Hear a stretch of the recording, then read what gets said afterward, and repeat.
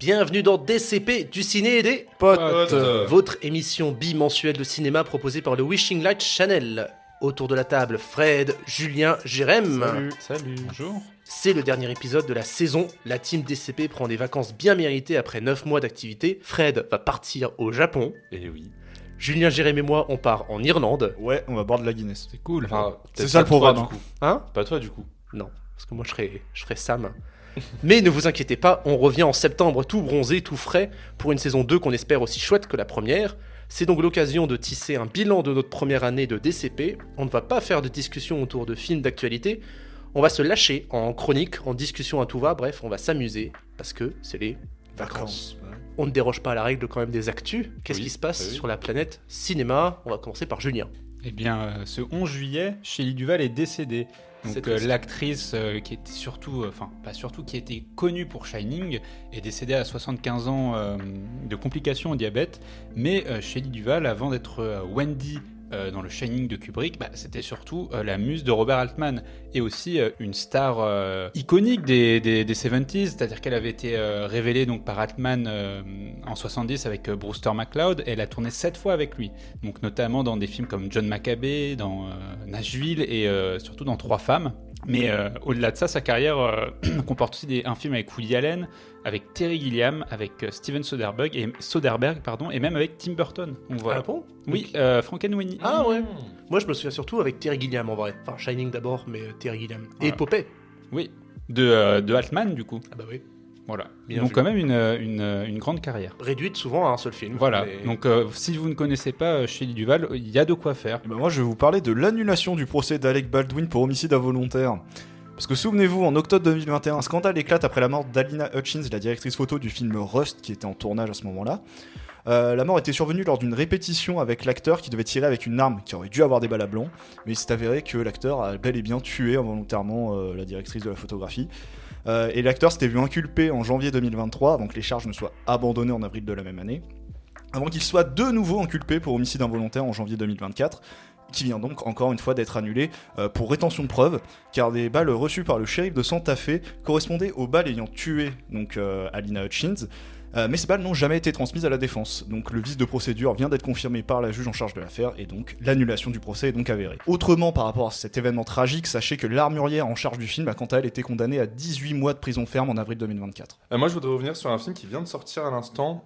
Il y a quelques jours, Long Legs avec Nicolas Cage. Juste pour vous dire qu'en fait le film a super bien marché. On est à 23 millions de dollars en 3 jours. Et du coup c'est l'un des films qui fait que Nicolas Cage est de retour dans le sens où ça marche quoi. Enfin je crois que c'est son dernier film qui marchait, Nicolas Cage, qui avait marché au cinéma.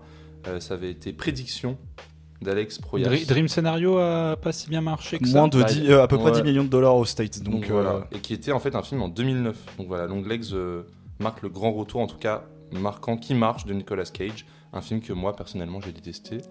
Je n'ai pas apprécié non Que plus pour Jérémy l'avoir aussi a vu. détesté. Mais c'est cool pour Nicolas Cage. Peut-être que moi j'avais vu qu'il y avait un moment une rumeur qui disait que Nicolas Cage voulait totalement quitter le cinéma pour aller dans le monde de la série. Mais c'est ce qu'il avait dit en plus. Ouais, et en fait non mais il attendait d'avoir un succès au cinéma. Hmm. Et du coup je me dis qu'avec Long Legs, bon bah... Et donc à savoir qu'avec ce chiffre-là, Neon fait son meilleur démarrage de tous les temps pour ce studio. C'est le meilleur démarrage de ce studio pour le premier week-end d'exploitation d'un de ses films. Moi c'est un autre studio qui se met vraiment très bien puisque c'est Illumination Studio.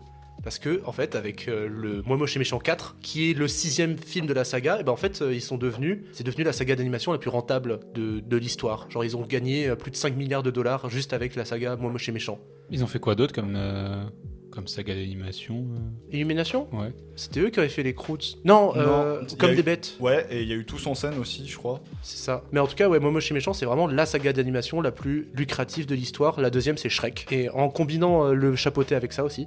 Et la troisième, c'est Toy Story. Bref, on arrive à la rubrique principale de cet épisode-là, puisque comme c'est la dernière, on a décidé de faire une discussion autour d'un truc qui nous tient à cœur. On part sur une discussion qui va en dire un peu plus sur nous-mêmes. On est des cinéphiles, et ce qui marque plus que les films en eux-mêmes, finalement, c'est des scènes très précises. Donc chacun d'entre nous va évoquer 2 scènes de cinéma qui l'ont profondément marqué, ou qui ont même révélé leur cinéphilie. Est-ce que vous êtes allé voir dans des scènes qui ont marqué votre enfance, des scènes qui vous ont marqué récemment et qui vous font reconsidérer un petit peu votre rapport au cinéma? C'est à vous de me le dire, messieurs. Moi récemment je suis allé revoir un film que j'adorais, qui est repassé au MK2, C'était Manchester by the Sea. Et du coup, ce film, je l'aime trop. Genre, je l'adore de fou. Et il y a une séquence qui m'a grave marqué à l'époque, quand je l'avais vue. C'était bon, en fait, c'est un peu la séquence connue du film, où t'apprends pourquoi le personnage est aussi malheureux et muet et neutre, et tu vois. Bon, bref.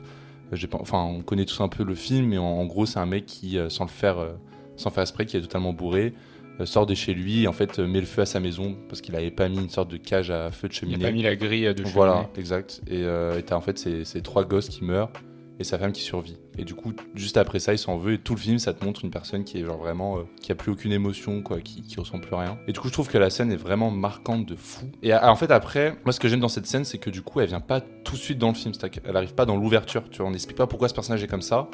Et ça vient, je crois, au bout d'une heure de film. Hein. Ouais, c'est ça. Je crois que ça arrive à la moitié du film. Et du coup, je trouve cette séquence hyper marquante parce que du coup, t'essayes un peu de deviner ce qui se passe, t'essayes de deviner pourquoi ce personnage est comme ça. Puis d'un coup, ça te saute à la gueule.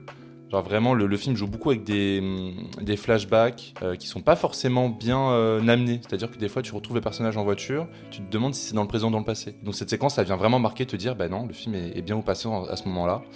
Et donc c'est vraiment une séquence que j'aime beaucoup, qui est très tragique. Elle est très coup de poing en plus. Elle est coup de poing de fou, ouais. Surtout qu'on revient beaucoup dans le présent. On est dans cette séquence donc horrible, et tu retrouves un peu le personnage au présent, mais genre quelques secondes, et on revient dans le passé, on revient au présent. Donc c'est vraiment marquant. Ça m'a marqué. Et de le voir au cinéma, c'était fou. J'imagine. Je l'ai toujours pas vu le film, mais magnifique Manchester by the Sea. Ouais. Il y a une scène que je vois souvent, c'est celle où Casey Affleck s'empare du flingue. C'est juste après cette scène. C'est juste après. Justement, il voit ce qu'il a fait, il va au comico, il pense qu'il va être emprisonné parce qu'il a quand même tué ses enfants involontairement, mais il les a tués. Et il veut se suicider parce qu'on lui explique qu'on n'a rien contre lui, donc il va pas aller en prison. Donc il veut se suicider. Moi, c'est cette scène-là qui m'avait fait voir le film, justement. C'est celle qui passe tout le temps quand tu vois des extraits de best performance de la décennie. C'est ça, de Manchester by the Sea. Donc, mais justement, cette scène, elle te donne grave envie de voir le film. Tu te dis, mais comment le mec en arrive là? Et quand tu lances le film, bah, tu comprends pas. Tu te dis, tu t'attends à quel moment elle va avoir lieu, cette scène. Et tu comprends, en fait, parce que disait Fred, tout le cheminement, pourquoi il est si taiseux, si renfermé sur lui-même. Ce film, c'est que des blocages, c'est que des personnages qui n'arrivent pas à se parler. C'est quelqu'un qui n'arrive pas à s'exprimer. Et donc, c'est quand ça arrive et elle te dit pourquoi, en fait. Et en plus, en disant ça, on te révèle même pas l'importance même du film, parce que le nœud du film, c'est même pas ça. Ok. Bon, bah, vous me donnez très envie de voir ce film. Toi, Julien, quelle scène tu veux parler en premier? C'était super dur de choisir des scènes parce que je commençais à faire des listes, regarder des films, j'étais en mode ah oui mais cette scène-là elle est incroyable, cette scène-là elle est incroyable. Genre j'avais ma petite liste là, commencé à mettre, il y avait Casablanca, il y avait Point Limite, il y avait Anabi. Et en fait je suis resté très classique finalement pour choisir les scènes. Je me suis dit mais les scènes que j'aime bien me remater souvent. Et dans un film récent, scène que je me remate souvent et que j'avais pu voir au cinéma, c'est la scène de 1917. La scène de course. Ah ouais. Oui, alors, je sais que le film, il est beaucoup décrié pour beaucoup comme juste étant un film très film d'action, très film technique en fait. Mais moi, je trouve cette scène exceptionnelle. Genre, déjà le film, en termes, je trouve assez une belle prouesse technique. Mais déjà que le film te fait passer par plein d'états différents. Je veux dire, t'as toutes les séquences du début dans les tranchées, très renfermées. T'as les scènes dans la nuit enflammée. Et là, cette scène, ça explose tout. Genre, toute la tension qu'il pouvait avoir dans le film, elle se relâche là dans une seule séquence. Et c'est juste que c'est super impressionnant. Genre, cette course, c'était aussi la musique. Je pense que ça a tout ce côté épique, en fait. C'est le climax, quoi. C'est ça. Et je trouve que cette scène, genre, ça fait partie de cette scène-là qui reste dans ta tête et que je peux revoir. Et... La pirouette, quand il se prend un soldat dans la gueule et qui, dans sa roulade de chute, il parvient à se relever. C'est impressionnant. Ouais, bah tu vois aussi toute cette partie entre improvisation et parce que tu vois que le mec qui bouscule, en fait, il se relève pas, il reste au sol. Si tu es bien attentif, et en fait, ce qui est intéressant avec cette scène, c'est que si tu la vois au cinéma, bah, t'as tout le côté très épique. Mais si tu t'amuses à la revoir sur YouTube, tu vois tous les petits détails en arrière-plan. Tu peux vraiment t'amuser à décortiquer. Non, quand je parle de la scène de course-poursuite, c'est quand il est la nuit, c'est ça, avec le feu ou... Non, tu sais, vraiment à la toute fin, quand il arrive et qu'il doit donner la lettre à Mackenzie, et qu'en fait, le seul moyen. C'est de passer la tranchée en fait. Celle qui revient aussi beaucoup en fait finalement. C'est la plus connue du film. Alors moi dans 1917 il y a un moment qui m'a foutu les poils mais c'est tout con. C'est le moment où il passe en fait tu vois la lueur du jour au bout vraiment dans le plan. Tu passes d'une obscurité à une lueur très orange et tout, je sais pas, moi ça m'avait foutu les poils immédiatement quand j'avais vu ça au ciné. Tu passes du bleu au rouge, ouais. Je trouvais ça magnifique quoi. Ça m'a marqué aussi. Moi, c'était le plan de l'avion. Parce que l'avion, tu le vois de très loin. Et tu le vois arriver quelque part. Tu vois, tu dis, pour moi, ça reste un des meilleurs films de la décennie pour le moment, 1917. Jérém, Alors moi j'ai parlé d'une séquence de The Social Network. Est-ce que vous l'avez vu ? Oui. Ah bah c'est très bien alors. Moi j'ai parlé de la séquence d'introduction, la toute première séquence. Alors pourquoi ? C'est une scène qui m'a marqué parmi tant d'autres, mais pourquoi celle-là ? Parce qu'il a fallu faire des choix, comme l'a dit Julien. De base, The Social Network c'est quand même un de mes Fincher préférés, et notamment grâce à sa séquence introductive. Car c'est un dialogue ultra complexe à suivre, car ça débite à fond, et ça permet de capter toute l'essence de ce que veut faire Fincher avec Mark Zuckerberg. C'est une des meilleures scènes introductives que j'ai vues pour caractériser un personnage. En 5 minutes chrono, j'ai revu la scène justement pour voir ça, la scène dure 5 minutes, donc c'est 5 minutes de dialogue qui fusent, on comprend que Zuckerberg d'une part est un moulin à paroles qui passe de sujet de discussion en sujet de discussion, qu'il est obsédé pour atteindre un but que sa future ex-copine trouve futile, que c'est un génie qui a tapé le score maximum au SAT, donc qui est l'examen standard pour l'entrée à l'université aux USA, mais on voit aussi qu'il fait preuve d'arrogance, de mépris envers sa future ex-copine, en dénigrant l'université dans laquelle elle va aller, en estimant que ce sera une chance pour elle d'accéder grâce à lui à des personnes qu'elle n'aurait jamais pu atteindre autrement. Finalement, Erika conclut le dialogue en rompant avec Mark et en disant ce qui est pour moi ce que veut faire Fincher et ce que veut montrer Fincher de Zuckerberg, une personne qui n'aura jamais d'amis, alors que le but de son futur Facebook est justement d'en avoir le plus, non pas parce qu'il est différent, parce que oui, il a des tocs, il parle de manière affreusement rapide, on dirait moi quand j'ai un texte sous les yeux, mais ce n'est pas pour ça que personne ne voudra de lui, c'est juste parce que, je cite, et c'est là-dessus que se termine la discussion, c'est un sale con. Mais c'est vrai. Et que va-t-il faire en tant que sale con juste après cette rupture ? Incendier Erika avec un post sur un blog dont la première phrase est Erika Albright is a bitch ou Erika Albright est une salope en VF. Donc, et j'en profite en parlant de la VF pour mentionner l'excellente VF du film, parce qu'il faut tenir la route avec des dialogues qui fusent comme ceux écrits par Sorkin, mais Donald Renew fait un super taf sur Jesse Eisenberg. Là, on peut être facilement perdu si on le regarde en VO avec des sous-titres qui vont à l'essentiel, mais qui te font perdre bien un tiers des informations exprimées en VO. C'était éreintant. La VF les retranscrit totalement, superbement, et permet de saisir ce que veulent faire Fincher et Eisenberg sur Mark Zuckerberg. Là, ça me donne un argument pour voir le film, mais en VF. Parce que c'est vrai que j'ai bien aimé le film, mais c'est vrai que ça débitait pas mal. Hein. Ouais, j'avais du mal à suivre. Mais ça, je crois que c'est vraiment le style d'écriture de Sorkin, parce qu'il me semble que la série à la Maison Blanche qu'il a écrit, c'est ça et ça. Je ne dénigre pas la VF en général, mais c'est surtout que là c'est important, parce que vraiment, t'as toute l'essence du personnage grâce à l'interprétation de Donald Renew aussi. Parce qu'on lui avait proposé, parce qu'il y avait Andrew Garfield aussi dans le film, et il doublait les deux à ce moment-là, et on lui avait proposé, est-ce que tu veux faire Andrew Garfield ou tu veux faire Jesse Eisenberg ? Et il s'est dit, il y a plus de défis à faire Jesse Eisenberg qu'Andrew Garfield, donc du coup il a pris Jesse Eisenberg. Et franchement, grand bien lui a fait parce que c'est magnifique, quoi. Enfin, c'est vraiment. Voyez-le en VF parce que c'est un des films qu'il faudrait voir en VF parce que ça débite à fond en fait. Moi alors du coup on a 2 scènes et en fait l'intitulé c'est ces scènes qui nous ont marqués. Et la question c'est est-ce que il y a ma scène préférée là-dedans et il y a peut-être la scène qui m'a le plus marqué, genre il y a une image de film moi, qui reste gravée dans mon esprit à jamais. Quand on était en L1, on avait un prof, mon prof préféré.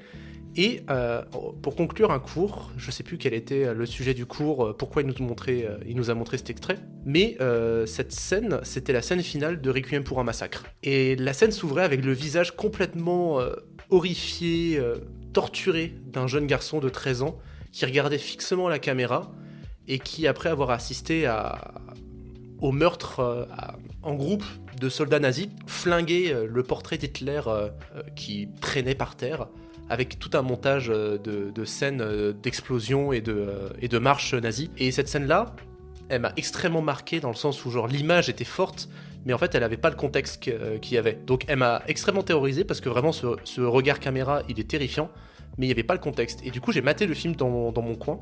Je dirais pas qu'est-ce qui se passe avant cette scène-là, pour qu'on arrive à la métamorphose physique et morale du personnage principal, qui est un petit gamin de 13 ans qui veut faire la guerre, mais c'est assez terrifiant à regarder.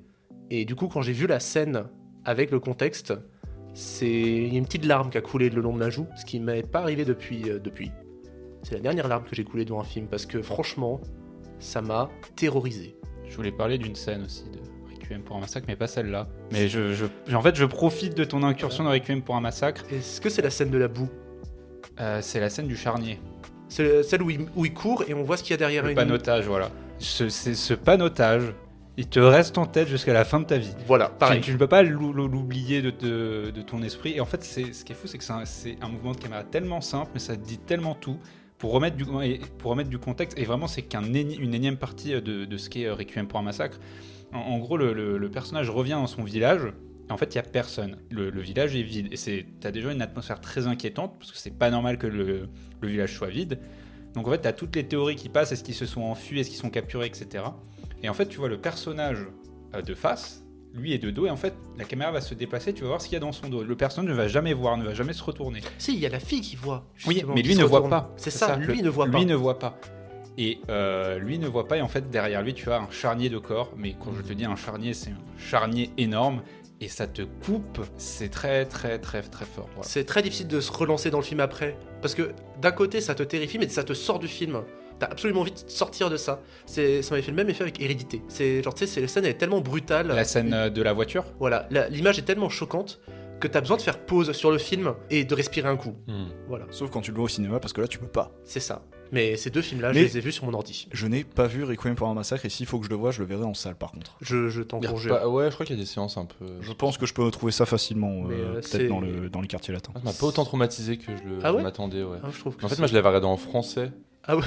Mais Genre, oui, tu m'avais filé parce en que, plus. En fait, je voulais trop le voir avec ma daronne, c'est assez drôle comme film. Un film à voir avec sa daronne. Et du coup, je l'ai fait en VF. Parce que la daronne ne veut pas voir les films en VO. T'as dû passer une bonne soirée cinéma alors. Ah ouais, Mais non je mais. Je me souviens que tu m'avais filé le film sur ton disque dur. Ouais, tu avais lancé, t'as vu que c'était en VF, t'avais fait. Bah non. Non. du coup. Non. Déception. Oui. Et ben, on retourne à toi, Fred. Ouais, pour une autre séquence qui est un peu plus joyeuse, tu vois. Moi j'ai parlé de Manchester by the Sea, vous avez parlé de Requiem pour un massacre, c'est un peu chaud quoi. Non, moi il y a une séquence, je crois que c'est ma séquence préférée de tout film confondu, et c'est très court comme séquence. Moi un des films que j'adore c'est Drive de Refn, et je pense que cette séquence je l'adore parce qu'il y a une musique que j'aime beaucoup. Je crois que c'est Real Hero. Je sais même plus c'est quoi le titre, putain. Il rose. Bref, je sais plus parce que.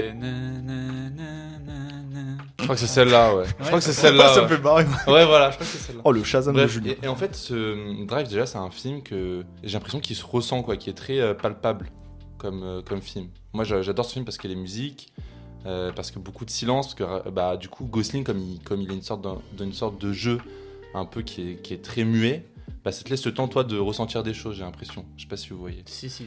Et du coup, une séquence que j'aime vraiment beaucoup, c'est celle où Gosling prend sa bagnole avec sa meuf, et avec le gamin. Genre, le gamin va dans la voiture, Oui. et il y a la musique qui démarre, et t'as du soleil, et le mec est sous le fameux pont de Los Angeles. Et juste, ça dure quelques instants, après je crois qu'il s'arrête, ils trouvent une sorte de petit cours d'eau, ils se mettent au bord de l'eau, et puis c'est tout, genre. Et à la fin, il rentre avec le gamin dans ses bras et C'est tout. ça. C'est un peu le seul moment heureux du C'est film. le seul moment. Bah, après, il y a des petits moments, genre le truc de l'ascenseur par exemple, qui est hyper violent, et puis d'un coup qui se termine par un baiser. Ouais, mais il y a un celle-là, peu- celle avant, elle est vraiment celle heureuse. C'est genre un peu la Ouais. vie rêvée. C'est ça. Et du coup, elle vient un peu s'insérer dans un chaos du film. Genre un film qui est chaotique en vrai, qui est vraiment violent, très triste et tout. Et cette scène m'a vraiment marqué. Et du coup, quand je pense à ma scène préférée, c'est ça. Mais je pense que tout est lié à la musique, à tout un esprit de Drive que j'aime vraiment beaucoup. Le fait que la musique revienne à la fin aussi. Ça, c'était. Et qui montre une tragédie en fait. Mais effectivement, là, tu peux pas séparer la musique de l'image. Moi, c'est cette image de Ryan Gosling de dos, un peu accroupi.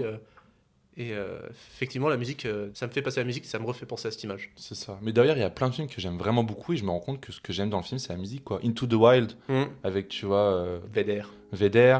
Waves, qui a genre vraiment une grosse playlist de plein d'artistes que j'aime beaucoup. Donc souvent, moi, des séquences qui me marquent Ouais, parce qu'il y a des musiques. Suicide Squad aussi, de David Ayer. Ah ouais, non, vraiment génial ce film, putain. Non, mais il y a des films, vraiment, j'ai l'impression qu'ils ont une bande son qui s'accroche à l'image. À tel point que ça fait plus qu'un, quoi. Ouais, non, mais je suis totalement d'accord. Voilà. Je trouve que Refn a jamais réussi à répéter ce qu'il avait fait avec Drive. Ouais, moi j'ai essayé de voir d'autres films, j'ai pas Only été. God Forgive, bof. Valhalla Rising. Neon Demon, apparemment, J'ai ça vu avait Bronson, moi ça m'avait plu. Bronson, ça c'est m'a- bien en première partie, mais ça devient très vite répétitif. été... Et Neon Demon, non Pas vu des Je l'ai vu, j'en ai aucun souvenir. Voilà. Ah merde, bon bah. Oups. Voilà. Alors, pareil, il a fallu faire un choix pour cette deuxième séquence et je voulais éviter de reprendre une scène de dialogue pour prendre une séquence plus type action. Alors, j'ai franchement hésité à parler de la scène du train dans Spider-Man 2, mais bon, je trouve qu'on a quand même souvent entendu parler, donc j'ai pris une séquence de Sicario, la séquence de la frontière entre le Mexique et les USA. Alors, pourquoi cette scène m'a marqué ? À savoir que j'ai pas vu le film en salle. Et donc je l'ai découvert chez moi pour la première fois. Et bordel, dès le premier visionnage, cette séquence elle m'avait marqué car c'est une tension constante pendant 5-7 minutes avec une résolution ultra rapide. Alors maintenant que je connais mieux le cinéma de Villeneuve, j'apprécie d'autant plus cette scène car la séquence commence dans un gimmick de Villeneuve, c'est-à-dire le déplacement. Ici c'est un transfert de prisonniers du Mexique vers les États-Unis. qui est filmé avec beaucoup de dynamisme et le début de la musique aussi qui te fait tout de suite sentir une tension. Puis une fois la frontière passée, le déplacement se meut en immobilisme avec lequel Villeneuve va jouer en créant une tension permanente pendant un bon 3 minutes. Et dès l'arrêt des véhicules, tu sens qu'il y a quelque chose qui va se passer. Et la tension, elle monte jusqu'à la résolution des échanges de tirs. Et jusqu'au dernier tir, la tension ne baisse pas d'un cran, et encore une fois, c'est grâce à la musique du regretté Johan Johansson.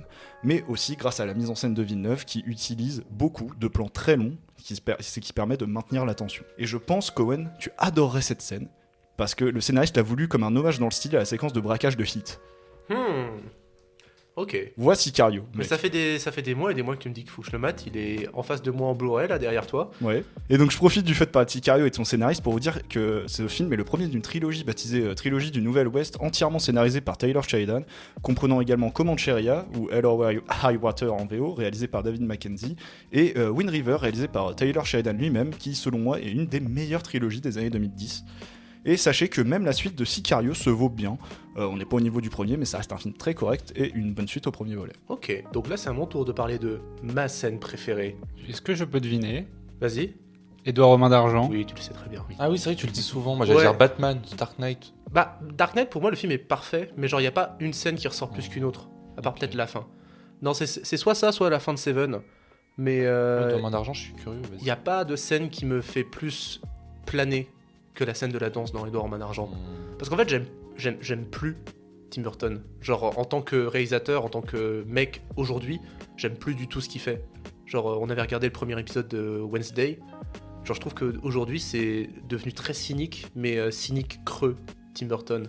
Dans le sens où il a plus la spécificité qu'il avait avant, c'est-à-dire d'être un nerd à part. Dans les années 90, quand t'étais un nerd un peu gothique, t'étais vraiment quelqu'un de unique dans ton genre. Et depuis que c'est devenu quelque chose de mainstream, bah lui, il est plus mainstream, et du coup, il est devenu cynique envers ce qui était auparavant ses références. Tu vois, aujourd'hui, j'ai l'impression que quand il fait Wednesday ou quand il fait Alice au Pays des Merveilles, il se moque de ce qui pourtant était ses influences. Et à chaque fois que je revois Édouard Romain d'Argent, bah, je retrouve l'amour qu'il pouvait avoir auparavant. Parce que la scène de la danse de la glace, c'est juste une scène qui dit les gens à part, c'est des artistes, et ce qu'ils font, c'est beau. Et à chaque fois, ce petit ralenti sur Winona Ryder qui se met à danser sous la neige que produit Édouard Romain d'Argent avec ses ciseaux, avec la musique de Danny Elfman, moi ça me... C'est d'une poésie visuelle magnifique. Pour moi, c'est la scène la plus douce que tu peux avoir dans un film. Elle sort de nulle part parce qu'il n'y a pas de raison à ce que Edouard il trouve un giga bloc de glace dans le jardin. C'est juste là parce que c'est beau. Et des fois, il n'y a pas de raison que ce soit là, mais c'est juste... C'est beau. Et le revoir au cinéma quand c'était quoi, il y a 3-4 ans là? 3 ans, je crois, j'étais là. Ouais, c'est étais cool là. parce qu'il passe souvent aussi. Hein. Ce film, quand même, Ouais. tu peux facilement le trouver et c'est trop bien de le voir C'était au sans doute cinéma. la pire salle de MK2 que j'ai jamais Mais vue. j'étais là, moi aussi, en fait. Oui, c'était la pire salle du MK2. Oui, c'était Ah celle oui, de- oui. C'était MK2 Beaubourg là où Oui, t'as failli voilà. travailler. Ouais, Beaubourg. Ouais, bah écoute. Donc, allez, Mais merci. ça fut quand même une bonne expérience, malgré une salle très compliquée. Ah ouais, le rat sous mon pied. Non, je déconne, il n'y avait pas de rat. Non, mais voilà, c'est ma scène préférée. C'est celle qui me fait planer à chaque fois que je la vois, quoi. Et le dialogue de fin de Édouard Romain d'Argent, moi, c'est... Bon, bah j'ai l'impression qu'on a fait le tour de nos films, de nos scènes qui nous ont vraiment marqués. Donc, on va passer maintenant aux chroniques, à tous les jeux et à tout ce qu'on veut faire pour s'amuser dans cet épisode hors saison, fin de saison, Hors série, fin de saison. hors fin de saison de DCP. Et on va commencer avec Jérém qui a concocté un mastodonte de chiffres au point qu'on va le diviser en 2 sections. En effet. Oui. Donc la première partie, je te laisse la parole. Afin de célébrer la fin de saison et les bons moments passés ensemble à enregistrer cette émission, j'ai fait pour vous une réécoute de tous les épisodes afin de faire un gros bilan des chiffres de DCP pour cette saison 1. Cet homme est un héros. C'est ouf. T'as mis combien de temps à faire ça? Bah tu vas voir. Oh putain. D'une part, dans cette première partie, on va voir les chiffres globaux de cette saison 1 de DCP avant de partir vers une partie plus jeu sur laquelle on reviendra plus tard dans l'émission, dans laquelle je vais essayer de vous poser des questions concernant des chiffres un peu plus particuliers. On va commencer par les chiffres globaux généraux de cette saison de DCP. Cette première saison de DCP, c'était 21 épisodes classiques, 4 hors série en comptant l'épisode que vous êtes actuellement en train d'écouter, même si l'épisode de fin d'année 2023 était numéroté. C'était 2 invités pour cette première saison, Héloïse lors de l'épisode 17 et Marie-Jeanne lors de l'épisode 19. DCP saison 1, c'est aussi 4 épisodes sans Fred, les épisodes 6, 18, 19 et 20, et un épisode sans Julien, l'épisode 17. Tout le monde n'a pas vu au moins un film dont on a discuté en critique. 3 pour Fred, lors du premier épisode où on avait parlé de The Creator, un métier sérieux et les feuilles mortes. C'était pas sérieux. Vraiment. T'avais rien vu pour la première.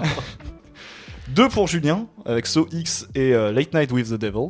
Un seul pour Owen, la zone d'intérêt. Et un seul pour moi-même, puis vous le savez puisque c'était tout récent, c'était Cans of Canless lors de la dernière émission. Il a failli faire le perfect. Même si Fred n'a pas été là pour plusieurs émissions, on est quasi à l'équilibre sur le nombre de jokers par personne, parce que si on prend en compte le joker qu'Owen va avoir sur cette émission, tout le monde est à 5 jokers, sauf Fred qui n'en a eu que 4. Est-ce que tu comptes son double joker? Non, je l'ai compté comme 1 du coup. Ok.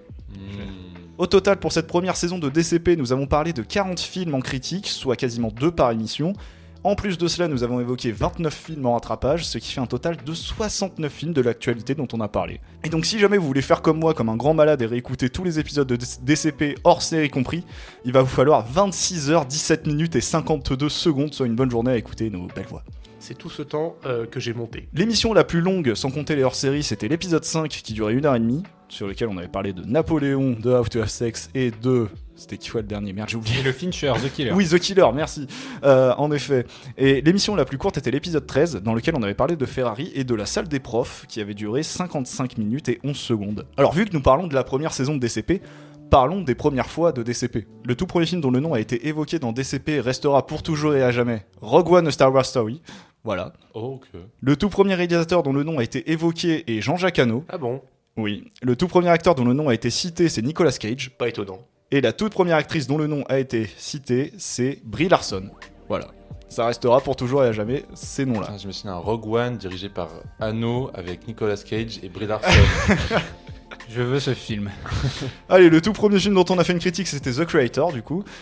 Et le premier film réalisé par une femme dont on a fait une critique est arrivé à l'épisode 5, lorsque nous avions parlé de How to Have Sex de Molly Manning Walker. La première fois que nous avons fait des rattrapages, c'était également lors de l'épisode 5, avec comme premier film fait en rattrapage Vincent doit mourir.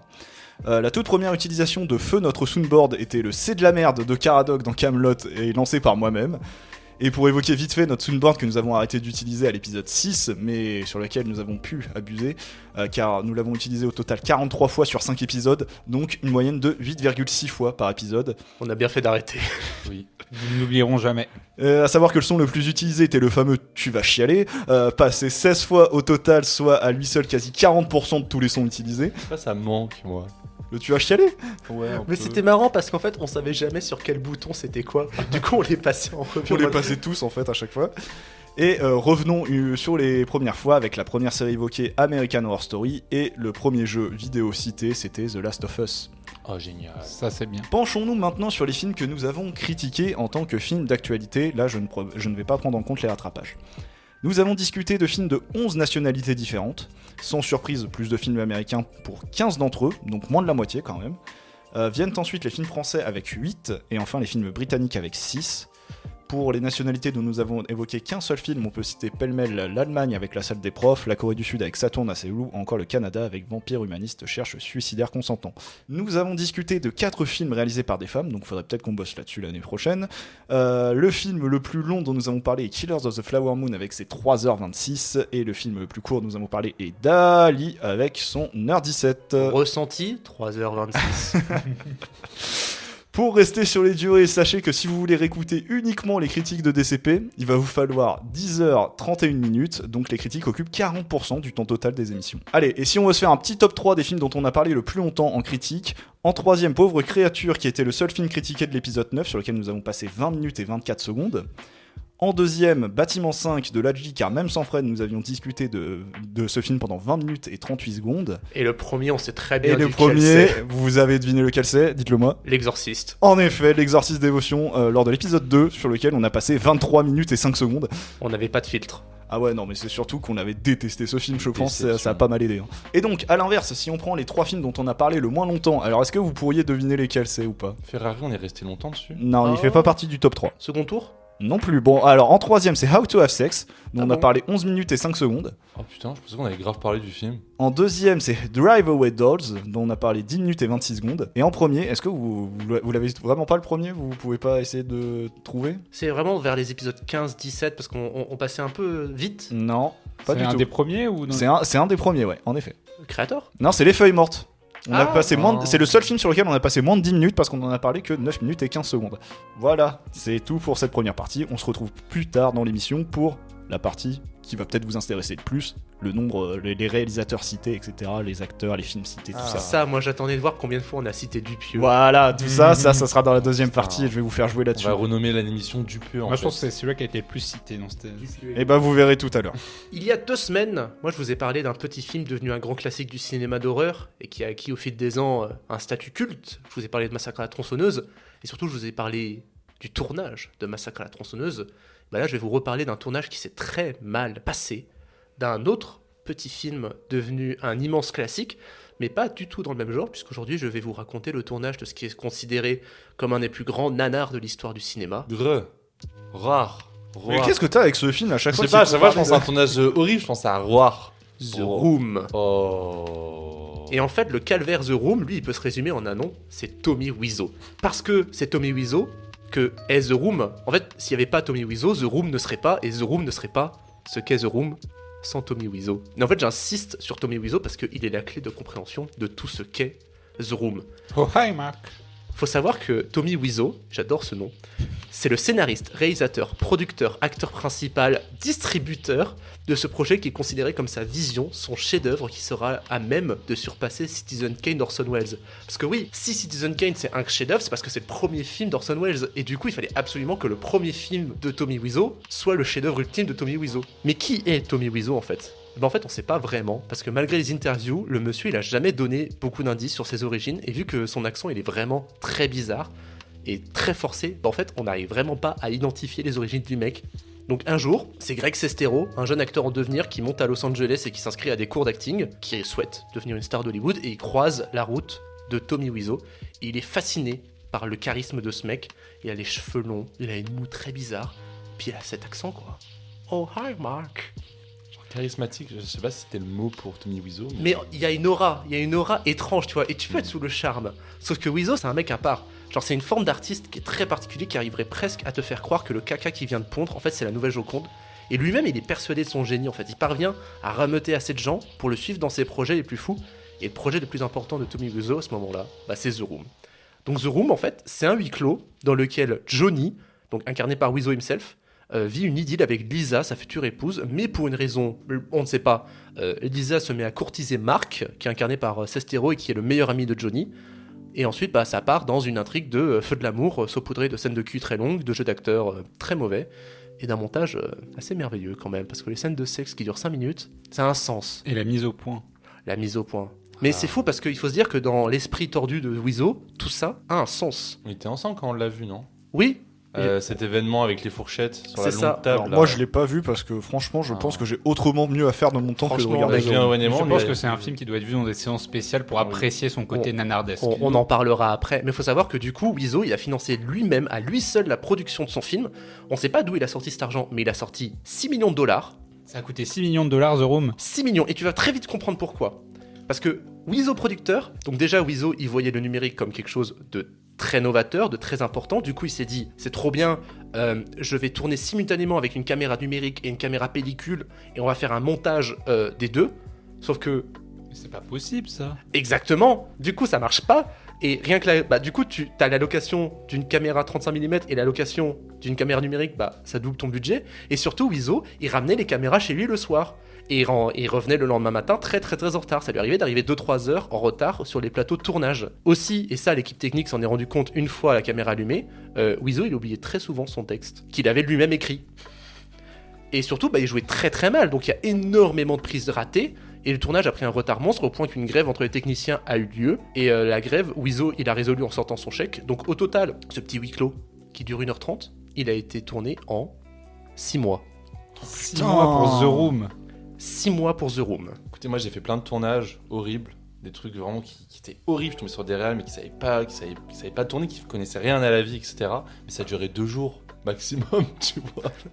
6 mois. Et quand le film fut enfin monté et qu'il fut question de le projeter, donc Wiseau, il a encore sorti son propre argent pour financer l'exploitation très limitée de son film. En fait, il a exploité de sorte que ça passe 2 semaines parce que c'est le minimum légal pour concourir aux Oscars. Oui, en effet. Et lors de la première, en fait, il espérait vraiment voir le public applaudir d'admiration, mais en fait, les gens, ils ont commencé à rigoler devant son film. Et depuis, il dit « Ouais, non, mais c'est fait exprès, genre, c'est une comédie. » Et du coup, The Room, c'est devenu un peu le chef-d'œuvre des nanars, c'est le film parfait qui a regardé entre potes.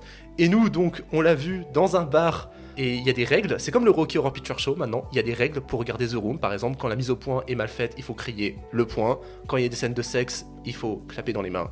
Et quand il y a des cuillères, parce qu'il y a plein de cuillères dans le film, il faut... Faut lancer sa cuillère sur l'écran. Exactement. C'est incroyable. C'était incroyable cette séance. Et il y a eu des malaises sur le tournage aussi, parce que c'était vraiment trop éreintant. Et bon, il y a un film qui a été fait là-dessus depuis, c'est Disaster Artist, qui est vachement chouette. Sacré embrouille quand même que le tournage de The Room. Moi, ce qui me fascine, c'est que quand tu le vois...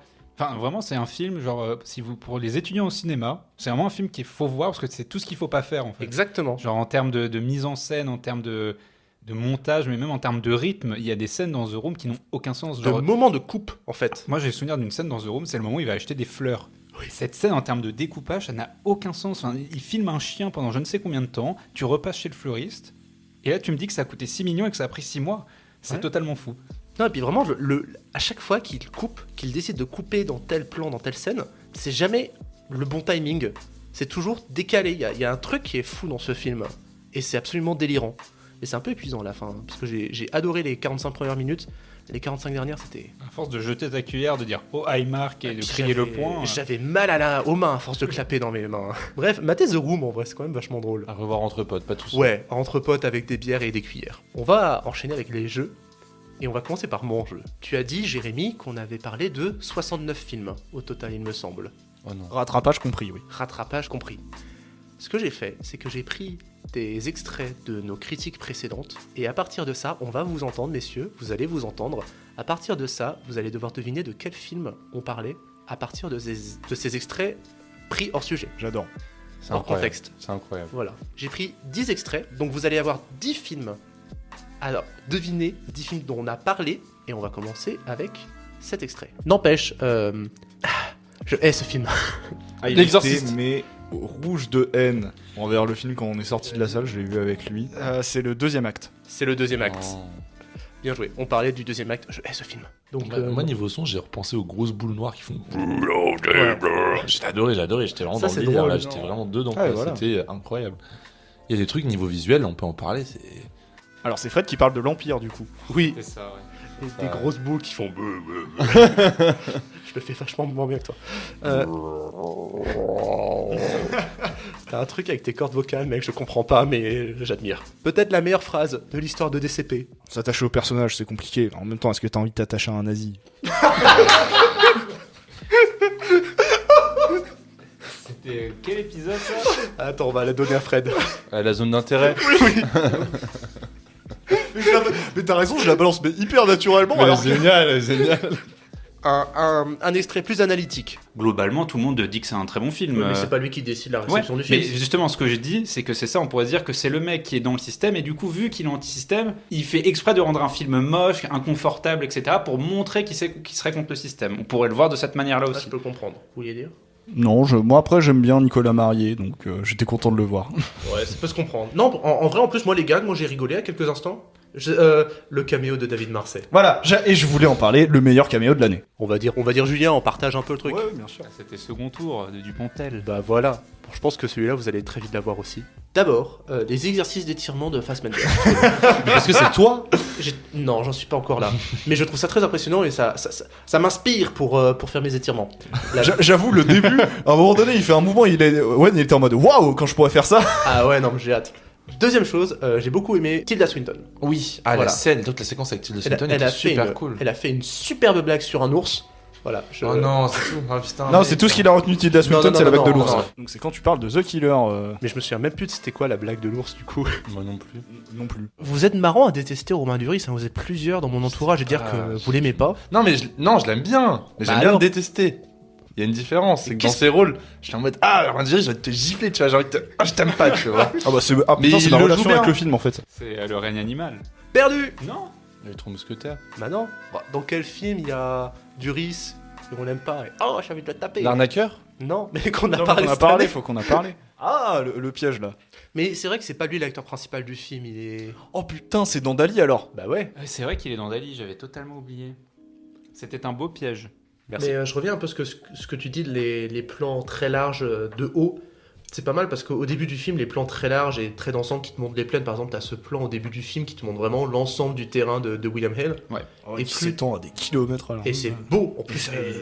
le plan est beau. La giga photographie est dépaysant. très belle. Voilà. Et plus t'avances dans le film, plus ça se perd ce côté Ouais, ça décloisonné. ça se referme. C'est ça se referme. Et en fait, le dernier acte, pour moi, il est génial parce que justement, tout se passe en cage, dans un tribunal, dans des endroits très serrés, très clos. Plan large égale Martin Scorsese égale Killer of the Flower Moon. Ça aussi, j'aime beaucoup ce qui va se passer. B-movie. B-movie vibe. non, mais ça, c'est vrai que moi, j'ai bien aimé Oh, la moi, référence, moi, quoi. j'ai trouvé ça trop bien, les plans subjectifs. Parce que j'ai l'impression que ça voulait dire quelque chose, quand même. Pas tous. Non, les deux derniers, là, ceux à la toute fin, là. Sans spoiler. Challengers. Dans Challenger, oui. La fameuse référence à... B-movie vibe. Movie, mais... Bon, les deux extraits sont un peu plus analytiques et moins drôles. Enfin, moi, je pense que c'est le gros souci de ce que j'ai vu de la plupart des critiques et des avis spectateurs, c'est de donner un statut au film qu'il n'a jamais prétendu avoir et qu'il n'a absolument pas. En fait, la question, c'est une question assez secondaire dans le film. C'est dans le film. J'ai un trou de mémoire. Le Molly Walker. Out of Sex. C'est pas Out of Perdu. Parce que dans mon souvenir, alors du coup je les ai réécoutés, je suis un peu biaisé, mais je peux peut-être me mélanger. Il me semble que Julien, à ce moment-là, il reprend un truc que j'ai dit en disant que potentiellement je porte une attention au film qu'il n'a pas demandé. C'était Priscilla de Sofia Coppola. Bien vu. Oui, voilà. Dernier. Mais vu que toutes les scènes durent max 5 minutes, Ouais. bah en comparaison, traîne la longueur. Hein. Elle paraît interminable, hein. Ouais, mais du coup, comme on disait, vu que toutes ces scènes, s'enchaînent sans vraiment de contexte, t'as pas de suspense, t'as pas d'enjeu. Ouais, c'est simple. Vas-y, dis-le. À Napoléon. Bah oui, bah voilà les gars. En tout cas, j'ai pris ces 10 extraits, ça vous a replongé dans le passé, Ah, tu m'étonnes. Hein. et ça vous a permis de voir à quel point nos analyses... Bon bah des fois on est drôle, hein. Quand même. On est assez drôle, on est assez marrant. Eh bien, j'en ai fini avec mes jeux, mais on n'en a pas fini avec les jeux, puisque Jérém revient avec ses chiffres. Et oui, nous y voici à cette deuxième partie de ma chronique pour cette émission de fin d'année. De fin de saison plutôt. Fin d'année, fin de saison. Les chiffres de DCP saison 1, une partie plus jeu, avec des chiffres plus pointus sur lesquels parfois, je pense, vous allez vous dire, il est vraiment allé chercher ça. Et en effet, car je suis un malade de chiffres et d'Excel. Pour cette partie, je vais vous trahir un peu l'intitulé de ma chronique, car certes, des chiffres vont être évoqués, mais vous allez plutôt chercher des noms, des titres de films et d'autres choses. Avant de commencer, je tiens à préciser que j'ai compté les citations d'œuvres ou de personnes qu'une seule fois par émission. Donc si jamais on a parlé d'un film dont on a dit le nom du réalisateur plein de fois, une seule fois est comptabilisée par cette émission. Donc on va plus parler de récurrence de citations que de citations pures. Et, dernière petite chose pour ces statistiques, je n'ai pas pris en compte les 2 hors-séries sur les Césars et les Oscars. Commençons par des questions d'estimation sur des statistiques globales de la saison. Première question, combien de films en tout ont été cités dans DCP ? Alors, t'avais dit, donc déjà, les films de l'action étaient à combien ? 69 ? Non mais vraiment tous les films, bien Ah ouais. que, juste imagine le nom il a juste été évoqué même si on n'en parle pas derrière, Mhm. on a juste dit le nom d'un film, je l'ai compté. 425. Moi, je dirais un peu moins, genre 300. 350. Alors t'as dit, et qui c'est qui avait dit 400 et quelques là ? 425 c'est moi. Alors c'est toi mais t'es très loin. Ah, Parce que sachez que nous avons cité en tout 1841 films, Oh bordel, soit une moyenne de 88 films cités par épisode. 88 films par épisode, c'est En c'est moyenne. sûr. En moyenne. Bah, en fait, avec les jokers ou avec Ouais. les jeux, on n'a pas compté, mais le nombre de jeux, on devait Ah oui, deviner c'est ça. le film. Tout en vraiment Ah, les cités. bah Vraiment, oui. c'est vraiment tout. Mais les... attends, t'as vraiment tout Oui. réécouté. Oui. Ce qui m'amène à la deuxième question. Nous avons cité le plus de films dans l'épisode 7, le hors-série de fin d'année 2023. Mais combien de films avons-nous cité dans ce seul épisode ? Attends, t'as dit la moyenne par film, elle est de combien 88. Mais on a cité en tout 1841. Allez, Et cet épisode, c'est quoi le... Le hors-série de fin d'année 2023. Ouais, c'est quand on a fait le bilan, on avait Ouais. fait notre classement. Ah oui, ça doit... 183. Ok. 250. 70. Owen est le plus proche encore une fois. 180 exactement. Oh T'étais à 3. T'es vraiment très proche.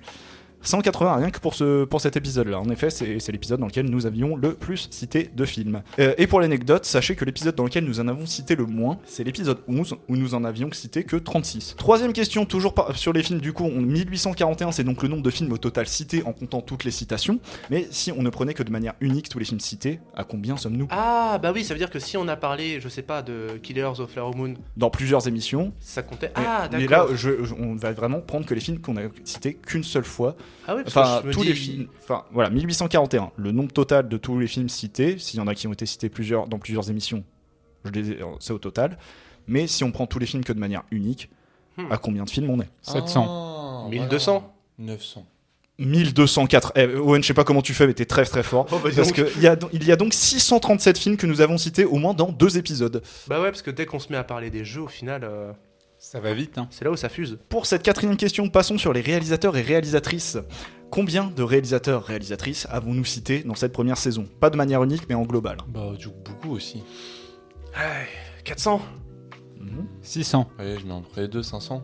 Bah, c'est Fred le plus proche, 521, GG. pour une moyenne de 25 par épisode. Et le chiffre unique, je vous le donne, c'est 294, soit 227 réalisateurs et réalisatrices que nous avons cités dans au moins 2 épisodes. Passons aux acteurs pour la 5e question. Vous commencez à connaître le principe. Combien d'acteurs avons-nous cités au total? Beaucoup plus, je pense. On est moins réel, on est plus acteur, je dirais, non? Bah c'est juste que quand tu parles d'un film en général, en critique, bah on a un réalisateur, mais on a beaucoup d'acteurs à évoquer. Donc je dirais Moi, je dirais 900. 700. Ok. 500. Julien le plus proche, 513. Eh ouais. Pour une moyenne de 24 par épisode, donc on n'est pas si loin des réalisateurs. Et pour l'anecdote, sachez que l'épisode dans lequel nous avons le plus cité d'acteurs, c'est l'épisode 19, car nous en avions cité 60. Et si on les comptait de manière unique, il y a 318 acteurs que nous avons cités. Enfin, pour ces questions d'estimation, terminons avec les actrices. Combien d'actrices avons-nous cité? Ah là là, ça va être dur. Je pense que le chiffre va être vraiment bas. Aïe. Allez, 80. Non, pas à ce point. 200. Ouais, moi j'aurais dit 250, allez, un peu plus. C'est Julien le plus proche parce que 160 seulement, soit une moyenne de 8 par épisode, Oh là là. avec en comptage unique 110 actrices différentes citées. Voilà. Est-ce que tu nous poseras la question de l'actrice qu'on a le plus citée ou pas? Bon, ça arrive. D'accord. Oh, j'ai une petite idée. Ouais, Sois- ma petite sois idée, patient. oui. Alors là, on va passer dans une seconde partie dans laquelle je vais quasiment abandonner les chiffres, mais ça m'a bien plu à trouver ça, donc parce que vous savez qu'on ne cite pas que des acteurs, des actrices, des films, des réalisateurs, nous avons aussi cité d'autres types de personnalités. Donc, pour cette partie de questions, je vais vous donner un nom de personnalité et vous allez me dire si on a cité cette personnalité à un moment donné dans des épées. Commençons facile. Est-ce que John Williams a été cité? Oui. Oui. Bien évidemment. Est-ce que Christophe Ondelat a été cité? Oui. Ah, je me dis c'est un truc que Jérém est capable de balancer comme ça. Ouais, moi j'aurais, je sais pas, non. Bah si, Christophe Ondelat a bien été cité. Est-ce que Charles de Gaulle a été cité? Oui. Ah non. Non, je crois pas. Eh bah Fred, tu as raison, parce qu'en effet, il a bien été cité, Charles de Gaulle. Owen, j'espère que tu vas l'avoir celle-là. Est-ce qu'on a cité Carlos Alcaraz? Bah, il me semble bien, oui. Challenger. Je suis même pas sûr. hein. Non. Je suis Oui, même pas oui. sûr. Je sais qu'on a évoqué Andy Roddick, Andy Murray, Djokovic, mais. Bah Alcaraz. non, nous n'avons pas évoqué Carlos Alcaraz. Pourtant, il a Ouais. gagné Wimbledon hier. Voilà, l'info. Continuons, est-ce que Laurent Delahousse a été cité? Ouais, Oui. Oui, et il a fait l'exploit d'être même cité dans 2 épisodes différents. Ça, c'est la chevelure. ça c'est moi. Continuons, est-ce que Francis Cabrel a été cité? Oui. Oui. Oui, Remember Fred, en effet, hein, qui le croyait mort dans le tout premier Ouais. épisode. Oui, c'est vrai. C'est Fred qui avait fait cette Elle est bombe dès la vraiment un première nom de épisode. personne qui est mort. Continuons, est-ce que Hans Schwarzkopf a été cité? Non. Non. Non. Non, en effet, mais Franck Provost a été cité par Il contre me par, semblait par bien, ouais. Julien. Est-ce que Karl Lagerfeld a été cité? Ah, c'est possible, parce que là, il y a eu la série il y a pas longtemps, donc je pense que oui. Oui, on a parlé de la série Karl Lagerfeld, il me semble. Ah oui. Bon bah oui alors. Ah, pas du tout. Et bah pas du tout. Toi, j'invente des choses. Pas du tout. Jamais Karl Lagerfeld n'a été cité. Bon. Continuons. Est-ce que André Bazin a été cité? Oui. Ouais, oui. J'avoue, je fais un grand écart. Karl Lagerfeld, André Bazin, il est. J'en suis pas si sûr. Ah ouais. Si André Bazin, on parle de la fac souvent, donc André Bazin. Ouais, je dirais non, moi. Si, André Bazin a été Bon, cité. bah, tant mieux. Faisons un autre grand écart parce que passons de André Bazin à Zinedine Zidane. Ah, ça m'étonnerait pas que oui. Moi, je pense qu'on a parlé de Zidane. Moi je dirais non. Eh ben non, nous n'avons pas cité Zinedine Zidane. On a parlé de Giroud, par contre. Oui, on a parlé de Giroud, en Ouais, tu vois, effet. je savais. Je crois que c'est l'épisode sur bâtiment, ça. En effet, Voilà, voilà, allez. très bon. Encore un autre grand écart, passons de Zinedine Zidane à Peter Gabriel. Ah, bah oui, ça c'est moi, oui. Oui. Oui. Pas du tout. Ah bon Non, Ah sérieux, ouais. j'ai jamais parlé Alors de Peter Gabriel. pourquoi j'ai mis Peter Gabriel? Parce que sachez que le tout premier épisode jamais sorti, le pilote de DCP, qui d'ailleurs ne s'appelait pas DCP, c'est déjà Owen qui l'avait monté, et comme musique il avait mis Salisbury Hill de Peter Gabriel. Ça avait un nom, DCP avant DCP? Le cercle rouge. Ouais, C'est vrai. Ah oui, Cercle rouge, effectivement. c'est vrai. Continuons, est-ce que Johnny Hallyday a été cité? Oui. Ah, je crois pas, non. En info, on n'a pas parlé de Quenard qui joue Johnny Hallyday. En vrai, à tous les coups, avec Oh, Johnny. Ouais, mais c'est pas Johnny. Ah oui, bah allez. Mais peut-être qu'on a lâché un Hallyday. Non, je pense que si on a c'est Johnny Hallyday. Oui, il a été cité en effet, Johnny Hallyday. Refais un peu de Johnny. Johnny Ça va, Johnny Alors, ensuite, est-ce que Gabriel Attal a été cité? Oula. Non, j'ai pas souvenir. non. je crois Danger, pas à ça. danger. Non, en effet, il n'a pas été cité. Mais par contre, est-ce qu'Edouard Philippe a été cité? Oui. Oui, Possible. Oui, dès la première émission. Première émission où il fallait deviner s'il y avait un film sur Macron qui l'incarnerait. Oui, Et après, on est passé sur Edouard Philippe, en effet. Et Fred a eu la bonne idée de m'implanter Ryan Gosling pour jouer Edouard Philippe. Je ne l'ai jamais oublié. C'est génial. C'est vrai que Attal était pas encore sur le devant de la scène à l'époque. Continuons. Est-ce que Ted Bundy a été cité? Oui. Oui. Non. Pas du tout. Ah, Alors non, du tout. On n'a pas cité ce tueur en série là. Ah, Et- c'est Dahmer dont on a dû parler. La série, sûrement. Parce qu'on a dû parler de la série Dahmer, je pense, à un moment. quand je parlais de Poughkeepsie Tapes, Oui, peut-être. j'avais pas évoqué Ted Bundy? Non. Ah. Je suis certain. Il a Ouais, tout mais écouté, alors. en fait, il l'évoque dans le film, c'est pour ça que... Oui, mais tu ne l'as pas dit. Et dernière personne, est-ce que Eric Clapton a été cité? Alors là, s'il y a un nom, je hurle. Bah oui, c'est Bah pas ouais. possible, c'est pas possible. Il Oui. regarde, il sait que j'ai dit, il sait que c'est non. Bah, Non, moi, je Moi, dis je non. dis oui, je dis oui. non, mais oui, Non, oui. il a pas été cité. Bien sûr que si, bien sûr que Ah, si, ouais. il a été cité, bien sûr que si. Putain. Dieu, je l'ai vu en concert. Voilà, donc nous allons passer à la partie que vous attendez peut-être le plus, messieurs. On va parler de ces films, de ces acteurs, de ces actrices, de ces réalisateurs que nous avons cités et combien de fois. Pour cette première question, parlons des films les plus cités dans DCP. Sachez qu'il n'y a pas un seul film en tête, mais deux qui ont été cités avec le même nombre d'occurrences. Donc, est-ce que vous voulez deviner dans combien d'épisodes différents ils ont été cités ou je vous le donne? Donne-le-nous, parce que je pense qu'on Donne-nous, comprend ouais, pas. mais je Les vois deux le film. films qui ont été le plus cités ont été cités dans 8 épisodes différents. Ok, moi je sais, j'en suis sûr d'un. Donc il y en a deux maintenant, la question c'est c'est lesquels? Yannick. Non. On en parle beaucoup quand même. Killer of the Flower Moon, Non Pensais plus. pareil, mais non. Je vais vous aider un petit peu, il y a un film américain et un film français. Les Affranchis. Non. Ah, la réflexion est Est-ce que c'est un intense. film préféré d'Owen par Dark exemple Knight. Non, mais par contre, Joker. bah ouais, Ah en ouais. effet, c'est Joker qui a été cité 8 fois. On a cité 8 fois le film Joker. Putain, je m'attendais Dans- pas. du dans- tout à en tout ça. cas, dans 8 épisodes différents. Et pour le film français, Dali. non. Alors je vais vous le dire, quand je vais vous le dire, vous allez être en mode mais oui, C'est un film sorti cette année? l'année dernière. Ah, Anatomie d'une chute. Oui, en Ah, effet, bah bah oui. oui. Ah ouais. Qui a été donc cité dans 8 émissions différentes. Et pour le top 3, sachez que en deuxième place, il y a 7 films cités dans 7 épisodes différents. Je les ai pas listés pour éviter, éviter le surplus d'informations. Et 8 films cités dans 6 épisodes différents. Passons aux réalisateurs et réalisatrices. Le top 3 est un top 3 bien défini car il n'y a aucune égalité. Donc toutes les marches du podium sont prises par une seule personne. Moi je dis que Dupieux, on l'a évoqué dans 13 Alors épisodes. attends, calme-toi. À la 3ème place, on trouve un réalisateur qui a été cité dans 9 émissions différentes. Qui c'est? Scorsese. Non, Non, Scorsese doit être dans le top 2.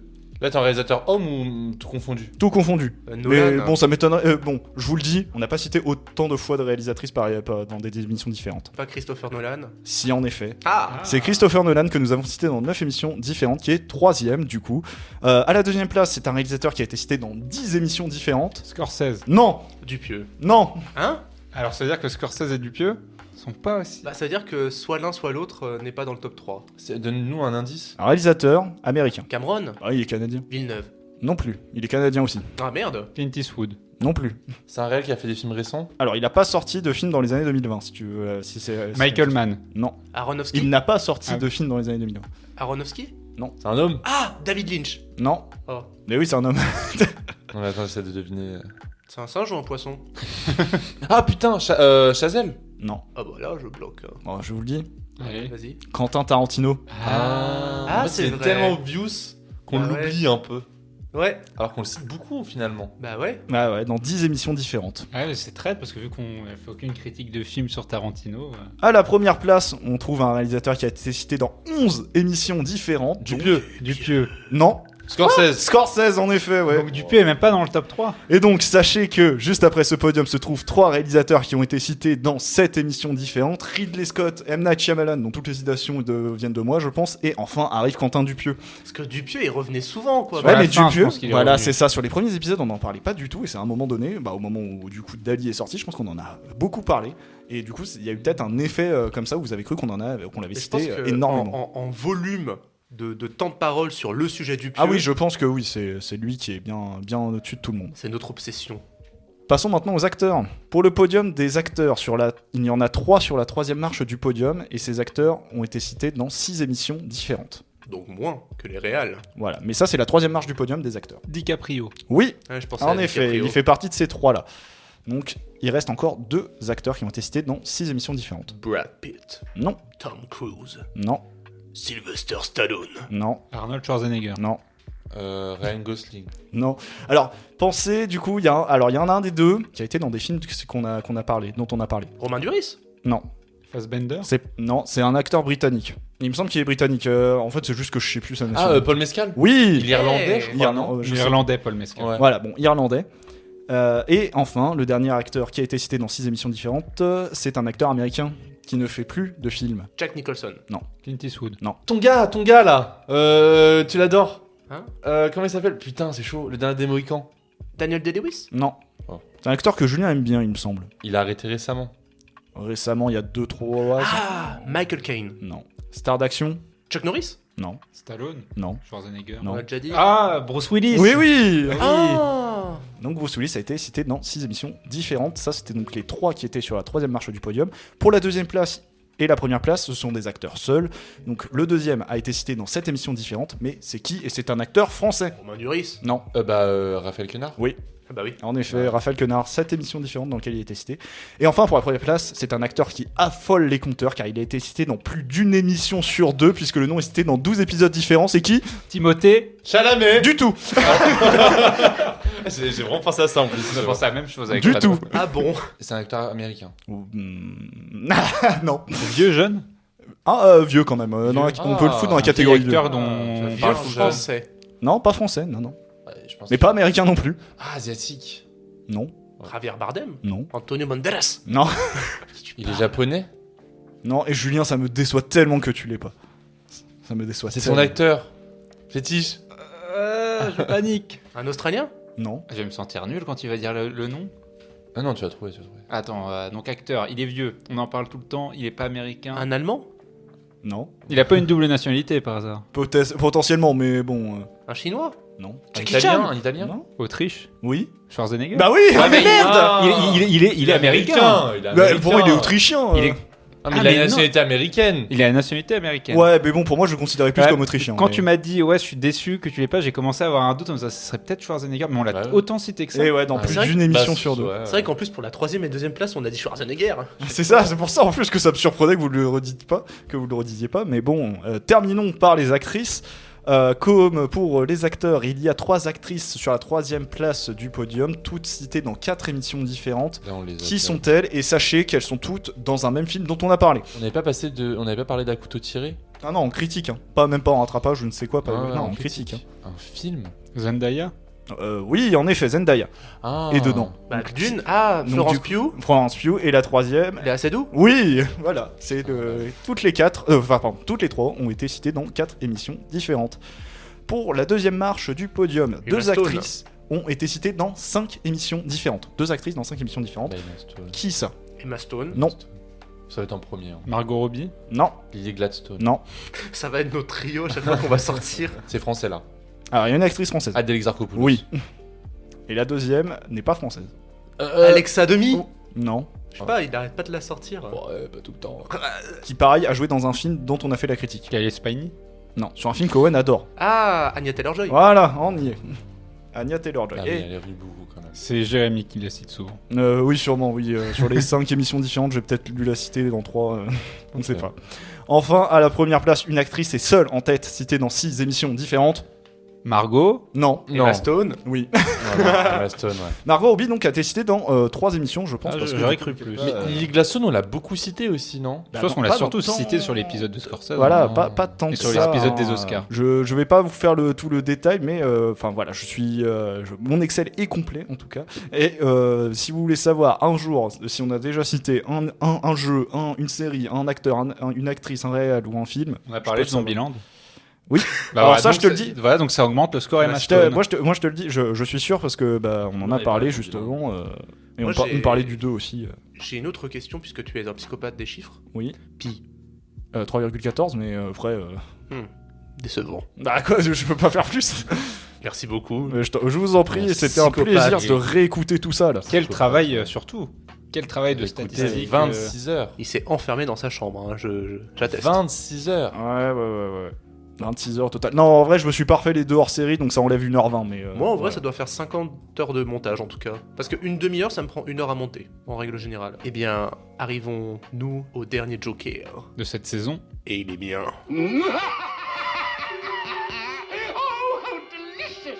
Ça fait peut-être 5 épisodes, je crois, que j'attends pour avoir un Joker.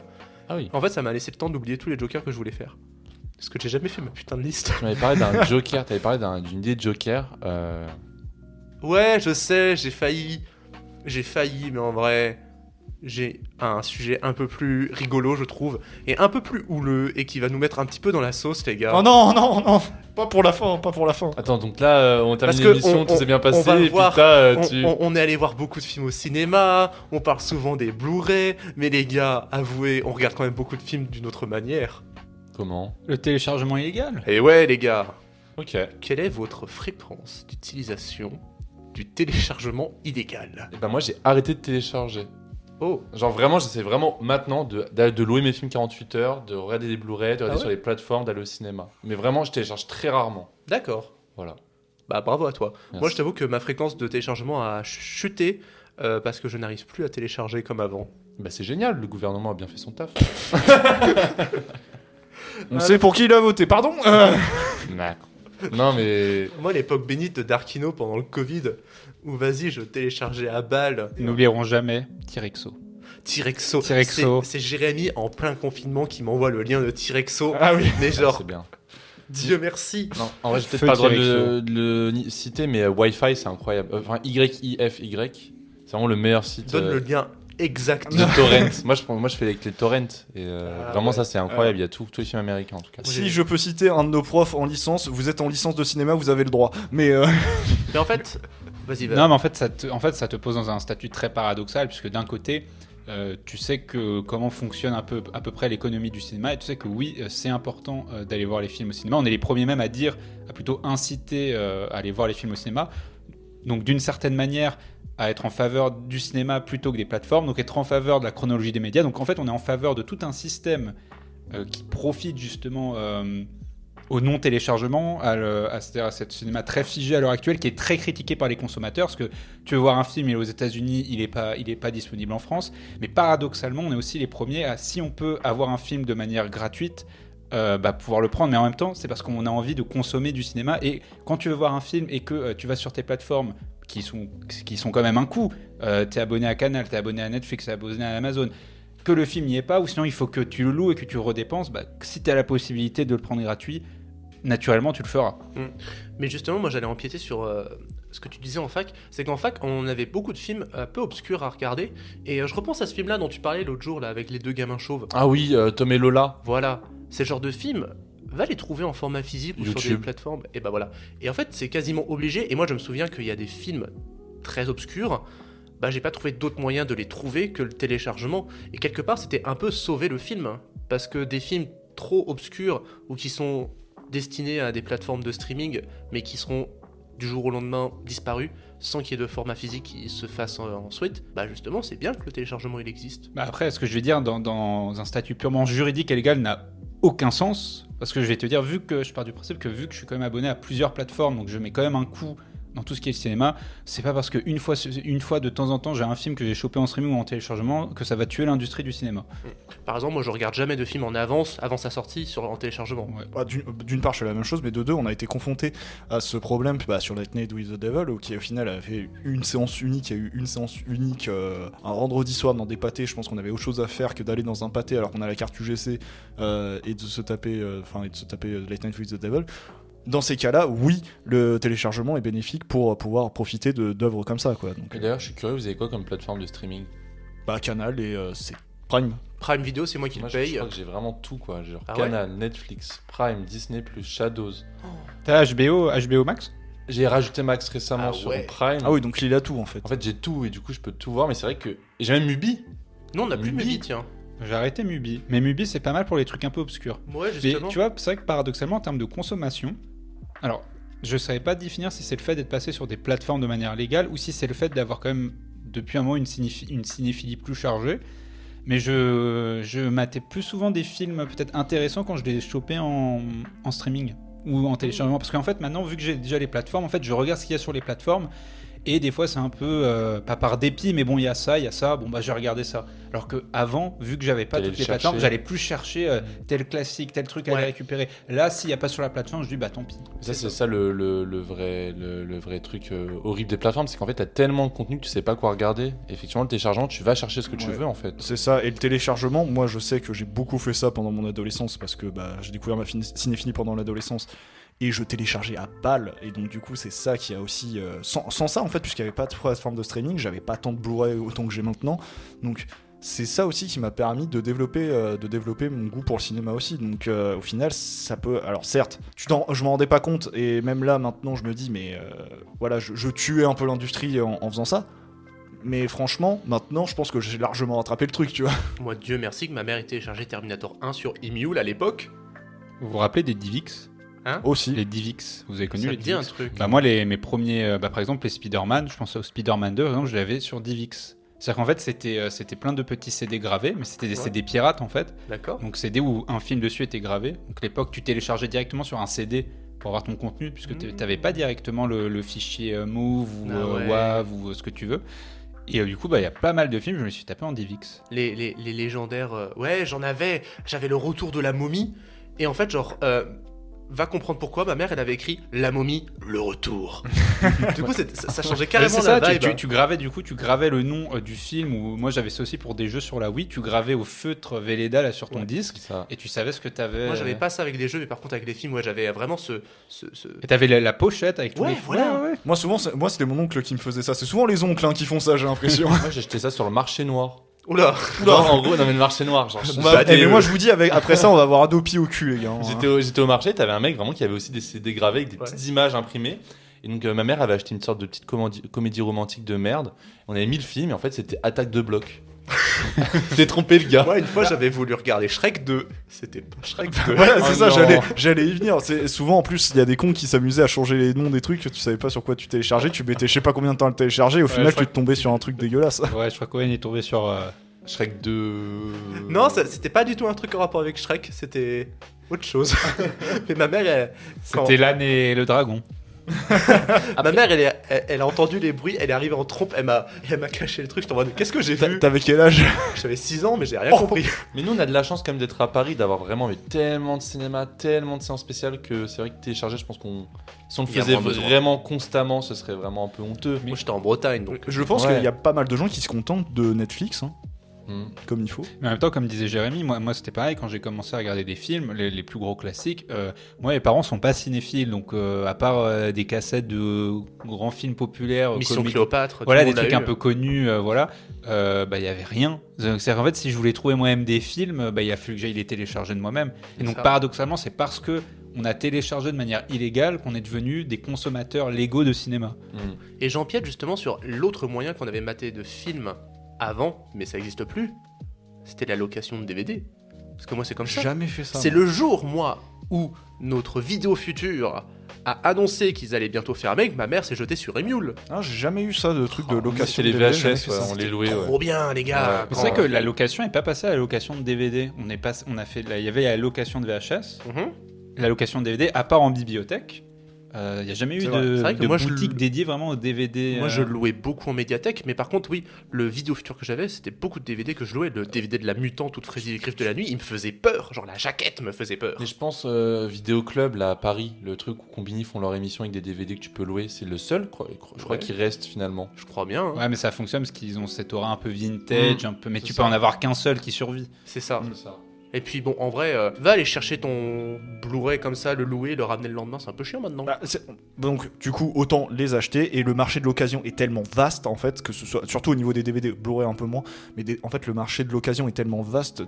Tu peux trouver des DVD. Alors, certes, ça va pas être que des pépites ou des trucs comme ça, mais les gros classiques des DVD qui ont été. 100 balles, ouais.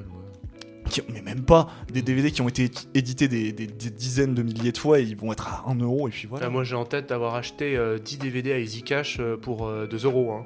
Mais il y a aussi la vidéo à la demande. Moi, ça m'est arrivé quelques fois. Certains films, je les ai loués sur Je les avais loués sur Canal et sur Univers Ciné. Univers Ciné qui est vraiment. Qui est vraiment pas mal pour le coup. Et de temps en temps, ça m'est arrivé location, je crois que c'est 3 ou 4 euros. T'as 2,99 pour pas une qualité HD et HD c'est 4. Bah, le Rosemary Baby, je l'avais loué sur Canal. Je l'avais même pris en HD. Bronson, je l'avais recommencé à regarder en streaming, sauf que les sous-titres se sont décalés.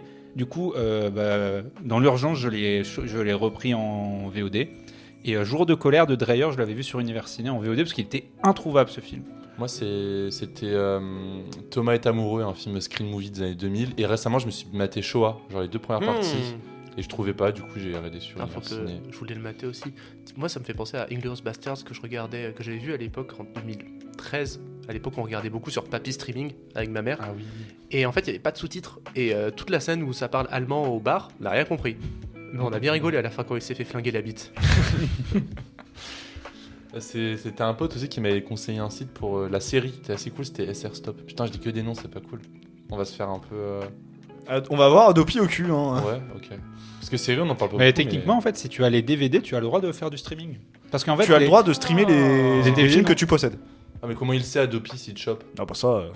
Ça, je sais pas, mais en fait, techniquement, vu que les plateformes sont juste des plateformes de diffusion, il me semble. En fait, si tu as toi-même acheté les DVD, par exemple, tu as acheté tous les DVD des Simpsons et que tu vas mater en streaming les Simpsons, bah, c'était pas illégal puisque tu as les DVD chez toi. T'as acheté les droits. T'as acheté les droits de visualisation je chez pense que toi. c'est sur une lettre d'Adopi, parce que je crois qu'ils te montrent sur quoi ils t'ont chopé. Moi, j'avais eu Game of Thrones, parce que j'avais tout téléchargé pour ma tante, j'avais tout téléchargé, j'avais oublié de supprimer les fichiers. J'ai l'impression qu'Adopi est surtout actif sur les torrents.